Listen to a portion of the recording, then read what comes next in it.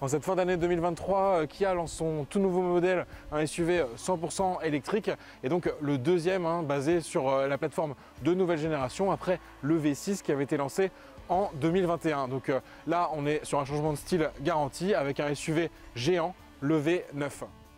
Un SUV aux dimensions plutôt américaines pour la marque coréenne, puisqu'on est ici sur un peu plus de 5 mètres de long, environ 2,5 tonnes, et donc un modèle très imposant, et pour cause, il peut accueillir 7 personnes à bord. Côté design, on est vraiment sur une proposition très moderne et assez originale. Donc on a cette grande face avant qui illustre un peu le gabarit très imposant du véhicule, une calandre qui est complètement pleine pour coller à l'objectif aérodynamique du véhicule avec cette motorisation 100% électrique et une signature lumineuse assez marquante aussi, puisqu'on a cette ligne de feu qui est en fait le clignotant du véhicule, donc un des clignotants les plus imposants du marché, et ces phares qui sont positionnés à la verticale, ça aussi c'est assez original.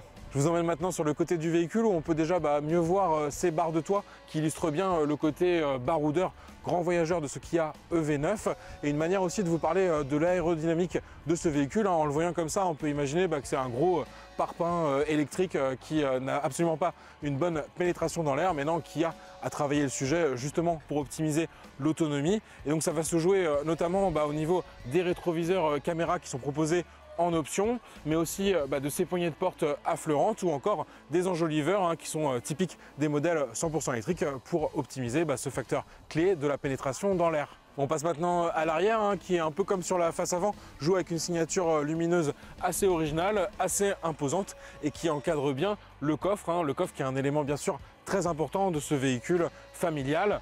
Donc ici, on est en configuration 7 places, donc forcément le volume de coffre il reste assez limité, on est à 333 litres, mais forcément si je rabats les deux sièges de la troisième rangée, j'arrive à un volume beaucoup plus imposant qui dépasse les 860 litres. Bon, les valises, les gamins et la belle-mère sont bien chargés à bord. Bon, ça c'est pour l'expérience que vous allez peut-être vivre à bord de ce Kia EV9. D'ailleurs, à la fermeture du coffre, on devine cette petite caméra qui est située juste sous le béquet. Il y en a un peu partout autour du véhicule et ça c'est toujours pratique quand on manœuvre un SUV aussi imposant. Bon, maintenant, ce que je vous propose, c'est de filer dans notre modèle d'essai.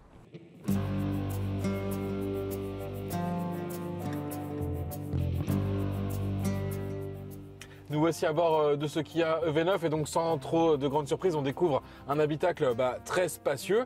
On n'a pas gardé les rétroviseurs caméra extérieure dont je vous parlais dans l'introduction, mais finalement on a toujours ce rétroviseur intérieur qui est lui bien relié à la caméra du béquet. Donc ça c'est assez pratique parce qu'en effet si vous avez le coffre chargé jusqu'au toit ou les enfants ou encore une fois la belle-mère qui font un peu les fous à l'arrière, finalement vous avez la vue qui est complètement dégagée puisque par définition elle partira directement du coffre. D'ailleurs c'est un petit peu perturbant quand on a l'habitude d'un rétroviseur miroir classique, mais pas de souci, en un geste vous pouvez repasser justement de cette fonction écran à un miroir beaucoup plus traditionnel.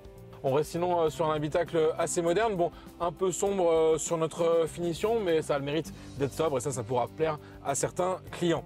Derrière le volant donc on a le fameux écran des compteurs, 12 pouces, 12 pouces également pour la partie tactile dédiée à l'infodivertissement, et la petite originalité dans cette EV9 c'est qu'on va avoir une dalle d'un peu plus de 5 pouces qui va être dédiée exclusivement au réglage de la climatisation, et donc ça c'est pas mal comme entre deux si on n'est pas forcément fan des réglages de climatisation en tout tactile. Là au moins on sait où ça se trouve, à droite du volant, assez pratique d'accès. On va tout de même avoir pas mal de raccourcis physiques sous le volant ainsi que des petites touches qui vont s'illuminer ici sur la bande, sur la planche de bord.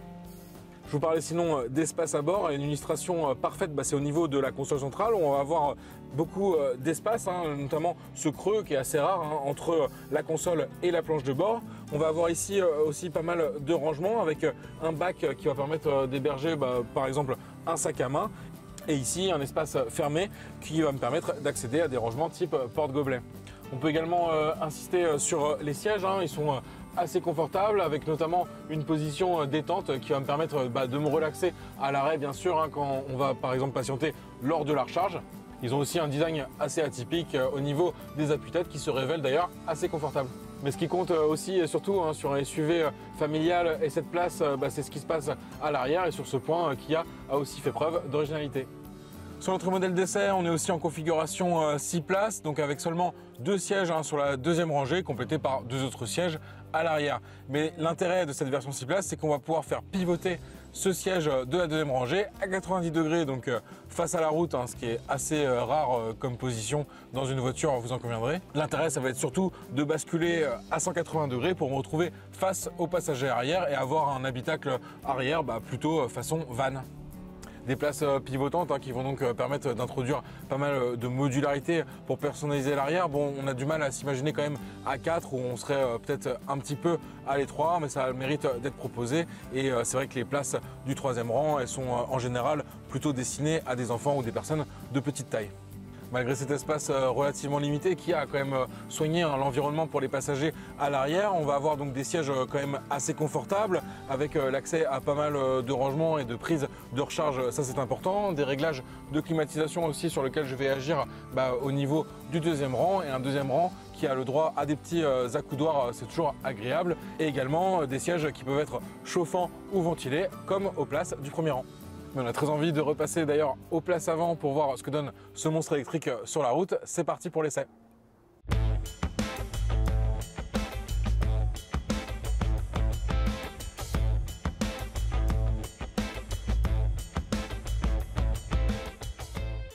Alors la première impression à bord de cette V9, c'est qu'on ressent vraiment pas son gabarit et son poids. Il est vraiment facile à manœuvrer et ça c'est bien sûr dû à la motorisation 100% électrique. On est sur un véhicule très confortable avec un bon niveau d'amortissement. Sur notre modèle d'essai, on dispose d'une motorisation transmission intégrale, donc avec un moteur à l'avant et à l'arrière pour une puissance cumulée de 385 chevaux. Une puissance assez importante qui va permettre en mode sport de réaliser un 0 à 100 en à peine plus de 5 secondes, donc ça c'est toujours assez impressionnant sur un véhicule qui fait quand même 2,5 tonnes. On a également une capacité de tractage assez importante. Sur notre version transmission intégrale, on peut tirer jusqu'à 2500 kg.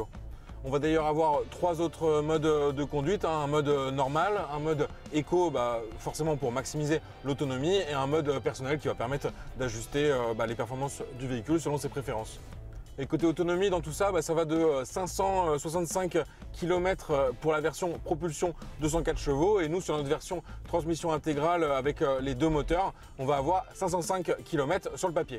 Toutes les versions elles sont équipées d'une batterie qui fait quasiment 100 kWh, 99,8. L'autonomie elle va ensuite dépendre de cette configuration à 6, 7 places ou 1 ou 2 moteurs. Est-ce qu'elle est réaliste? C'est difficile à dire, mais nous, sur notre parcours, on a consommé un petit peu moins de 30 kWh au 100. C'est beaucoup, mais il faut rappeler que le véhicule, il pèse lourd. On peut donc s'attendre, avec une telle batterie et une telle performance, à pouvoir réaliser au moins 300 km et bien sûr beaucoup plus en ville. Toujours agréable aussi sur les modèles de Kia et de sa marque sœur Hyundai, on va pouvoir ajuster le niveau du freinage régénératif avec des palettes au volant. Donc ça va permettre d'avoir soit un effet où le véhicule il va rester sur sa lancée après l'accélération, soit freiner naturellement avec une utilisation une seule pédale. Il me suffit de relâcher la pédale d'accélérateur avec le niveau du freinage régénératif au maximum et la voiture va aller jusqu'à un arrêt quasi complet. L'autre point fort des modèles récents de Kia et Hyundai, c'est l'architecture 800 volts de leur modèle 100% électrique. Et donc ça va permettre d'encaisser des puissances de charge assez phénoménales, surtout sur des bornes rapides à l'occasion des longs trajets auxquels est destiné particulièrement ce Kia EV9. Et donc on peut atteindre jusqu'à 240 kW en courant continu. Et ça concrètement, ça va permettre de passer de 10 à 80% de batterie en à peine moins de 25 minutes.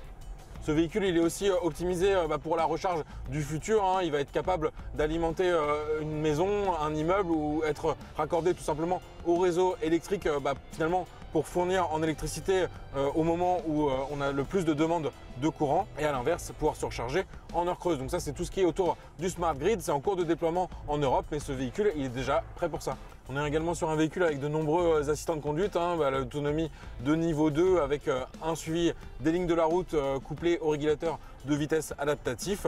Un changement de voie automatique sur autoroute, il me suffit d'activer le clignotant et c'est le véhicule qui va lui-même changer de fil. On a également une très bonne visibilité sur la route avec ce grand pare-brise, des grands rétroviseurs miroirs classiques mais qui font le job. Et enfin un affichage tête haute donc qui me permet d'avoir les principales informations juste sous les yeux dans le pare-brise. Alors forcément, un SUV géant 100% électrique, 6 ou 7 places, on s'en doutait un peu, ce n'est pas donné.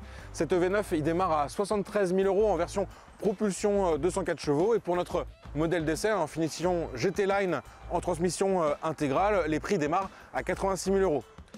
Alors certes c'est cher, mais les concurrents en fait ils sont pas si nombreux hein, sur des véhicules 6-7 places 100% électriques, ou alors souvent au-dessus des 100 000 euros, par exemple comme un Tesla Model X ou un Mercedes EQE SUV. Et puis il faut rappeler qu'un Kia a réussi à conquérir en fait des clients chez les marques premium allemandes avec le V6, et donc ils veulent en quelque sorte refaire le coup avec cette EV9. Un modèle qui va aussi s'imposer en fait comme le nouveau vaisseau amiral de la marque, en fait un démonstrateur des progrès réalisés ces dernières années.